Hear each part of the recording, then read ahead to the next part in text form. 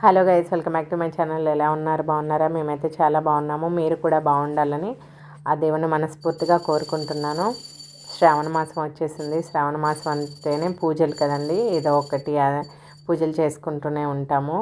ఆ మాసం అంతా కూడా చాలా చోట్ల ముత్తైలమ్మ పెట్టడం అని, అలాగే ఊర్లో అమ్మవారి గ్రామ దేవతలకు పెట్టడము, చాలా రకాల పూజలు ఉంటాయి కదా. మేమైతే ఛత్తీస్గఢ్లో ఉంటాము. ఇక్కడ అలాంటివి ఏమీ ఉండవు, కానీ ఇక్కడ ఓన్లీ శ్రావణ సోమవారాలు చాలా ప్రత్యేకంగా చేసుకుంటారు. వీళ్ళు శ్రావణ మాసం అంతా కూడా శ్రావణ సోమవారాలని చాలా శ్రద్ధగా భక్తి శ్రద్ధలతో పూజలు చేస్తారు, ఫాస్టింగ్ ఉంటారు, శివాలయాలకు వెళ్తారు. ఇక్కడ శివాలయాల్లో కూడా ప్రత్యేకంగా అర్చనలు, అభిషేకాలు, అలాగే పార్థివ శివలింగాన్ని చేసే రుద్రాభిషేకం చాలా బాగా జరుగుతుంది. చాలా బాగా చేసుకుంటారు. ఆ రోజు శ్రావణ సోమవారం కాబట్టి నేను కూడా ఇక పొద్దున్నే పూజ అయితే చేసుకున్నాను. నేను కూడా ఫాస్టింగ్ ఉన్నానండి. ఈవినింగ్ పార్థివ రుద్రాభిషేకం పూజలో పాల్గొనాలని అయితే అనుకుంటున్నాను. లాస్ట్ ఇయర్ ఈ పూజను మేము ఇంట్లో చేయించుకున్నాము.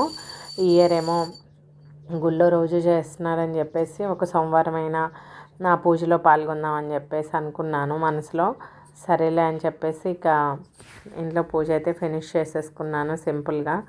పూజ అయిపోయిన తర్వాత ఈవినింగ్ అయితే అన్నీ తీసుకొని అయితే గుడికి అయితే వెళ్ళాను. చూశారు కదా, ఇక్కడ పూజ చేపిస్తున్నారు. చాలా బాగా చేస్తారండి. ఇక్కడ చాలా బాగుంటుంది పూజ. అది ఇలా శివుడి మీద రుద్రం చదివేటప్పుడు ధారగా అభిషేకం పోస్తూ ఉంటారు, అభిషేకం చేస్తూ ఉంటారు. ఇలా పాలని ఆవు పాలు మాత్రమే వినియోగిస్తారండి. ప్యాకెట్ పాలు కూడా ఎక్కువ వాడరు ఇక్కడ. ఆవు పాలు మాత్రమే అభిషేకం చేస్తారు.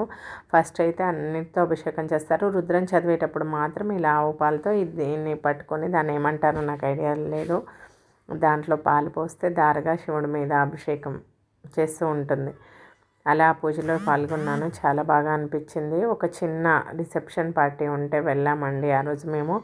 మీకు కనుక మా బ్లాగ్ నచ్చితే ఒక చిన్న లైక్ చేయడం మర్చిపోవద్దు.